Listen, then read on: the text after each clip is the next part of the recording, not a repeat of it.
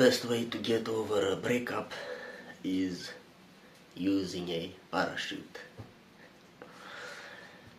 I'm just kidding. But yeah, you can do it. You can use one shock in order to forget about something.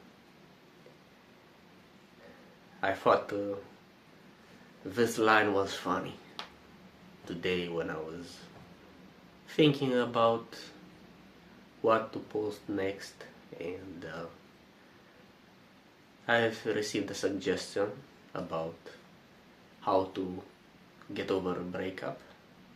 So it did occur to me that the easiest way to do it is using a parachute or a train. Anyway, it's something that most of us have suffered from, and I believe, or at least when I'm concerned, that the worst part is not the breakup, but the love that you never acquire. A lot of times in my life I've been attracted to women who were unavailable, or they rejected me. It happens to everybody, and when you are in this situation, you believe that you didn't receive something extraordinary. You start to idealize that person and imagine what could have been if you ended up together.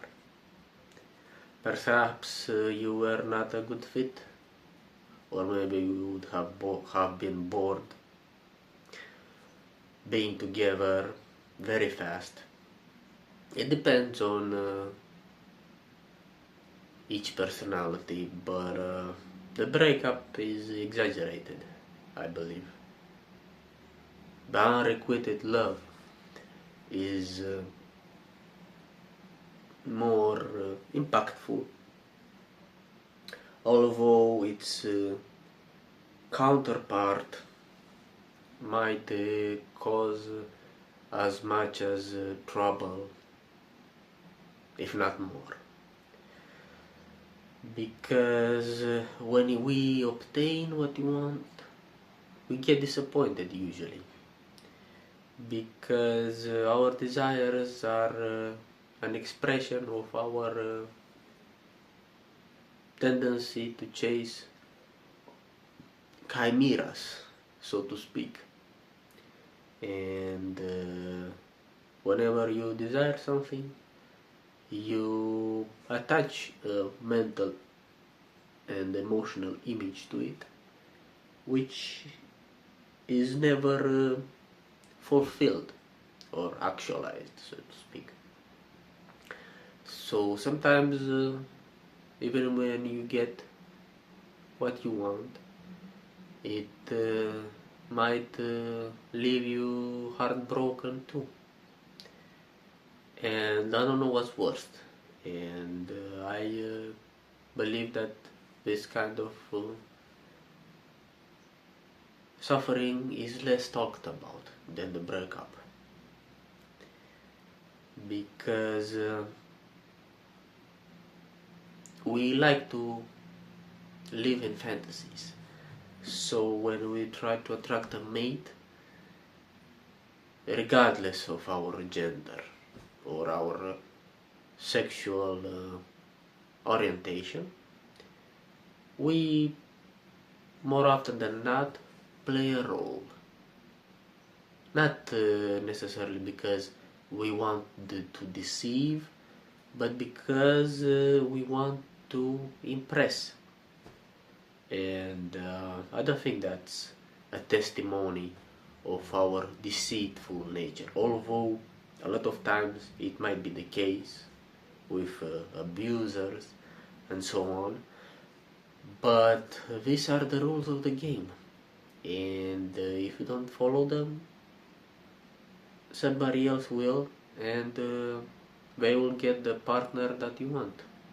It happens all the time, and even if you have good intentions, you should still be careful how you play your card, at least at the beginning of a relationship. Of course, afterwards, if you are truly in unison with that individual, you don't need to wear that mask, and you can be genuine and authentic around each other. It doesn't mean that if you kind of pretend, you are not yourself.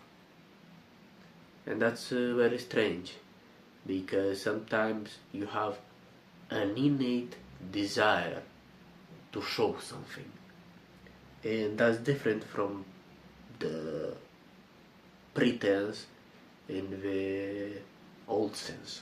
We see that with actors.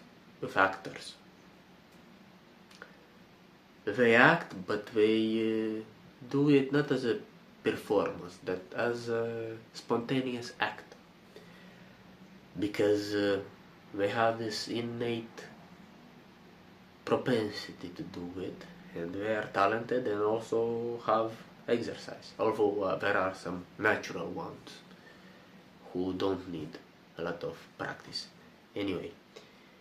And at some point, when you end up together, your imagined irrealities and fantasies clash and shatter, and you might want the to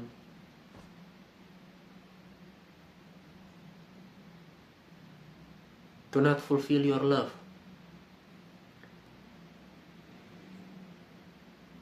And I don't know what's worst.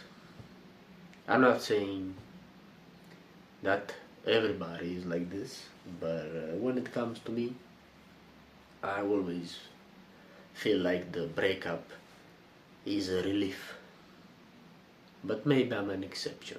I was told a lot of times that I was a weird guy, and honestly, I don't have so much experience in relationships.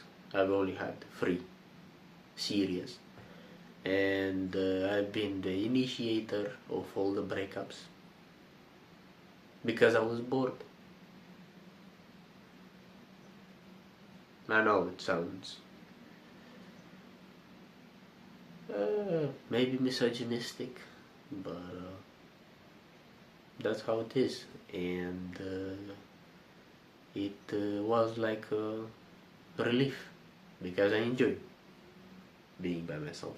Of course, not all the time, but there is a sense of exhilarating freedom when you do what you want whenever you want to, and you rediscover this link of your self, of your deepest persona, so to speak, of who you truly are, and you can do it only if you reach some sort of extreme autonomy. But that's just me. Usually people suffer from breakups, and it's because they get attached, and it's difficult to live without someone, because our brain rewards us when we do something good, and we excel at something, which is why we don't like change in away. Humanity as a species doesn't like it. Although there is also a sort of sense of adventure between which must be a balance. But anyway, I don't want to delve too much into abstractions here. Just try to engulf yourself into your passions. If you feel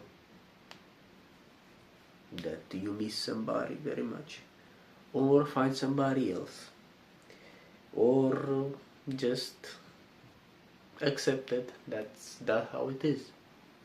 And the fastest way over it is through it. So if you feel like you have to sob uncontrollably, so be it. Nobody's going to see you, and it doesn't matter actually, even if you are a man. Not to me, at least. I am disinhibited, as opposed to a lot of the members of our society. But yeah, just do something that has an impact on you. As I said at the beginning of the video, something that impresses you deeply, which is why we are prone to watch movies regarding suffering, dramas, because our existence is centered around pain. It's a survival instinct. You can't avoid it. And especially when it comes to relationships, it's inevitable. Even if you think that you are free from all the conditioning, still the sort of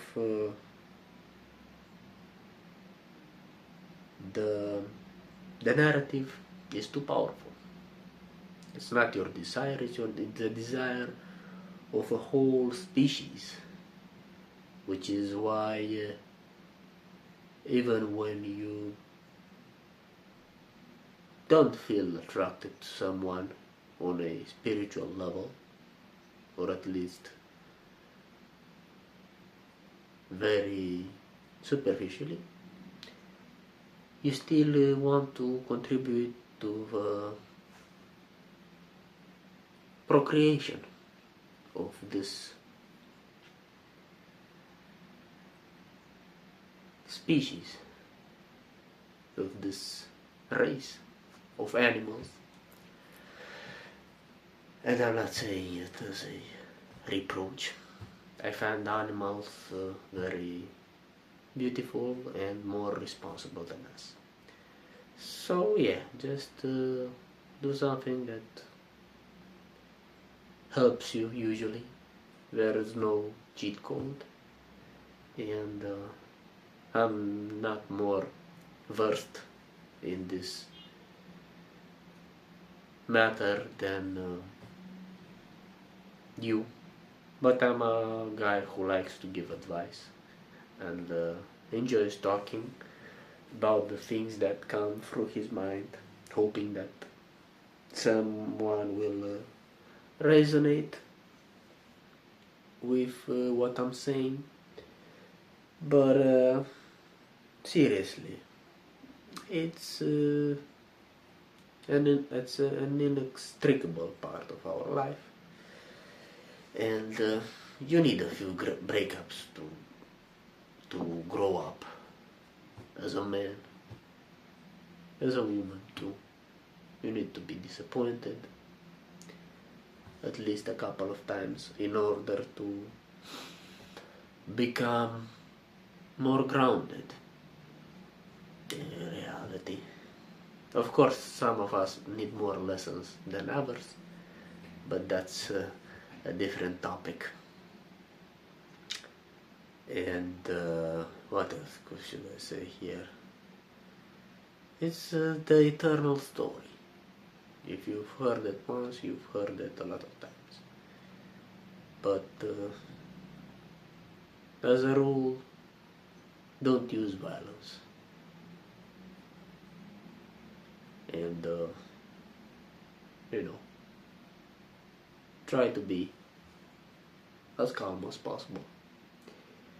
If it's doable. And yeah, I hope you like extreme things and adrenaline, and next time you jump off a parachute, you should think about me and test if what I said is true or not.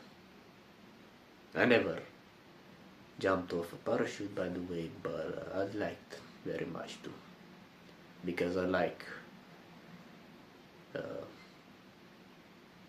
have strong emotions. So yeah, see you the next time.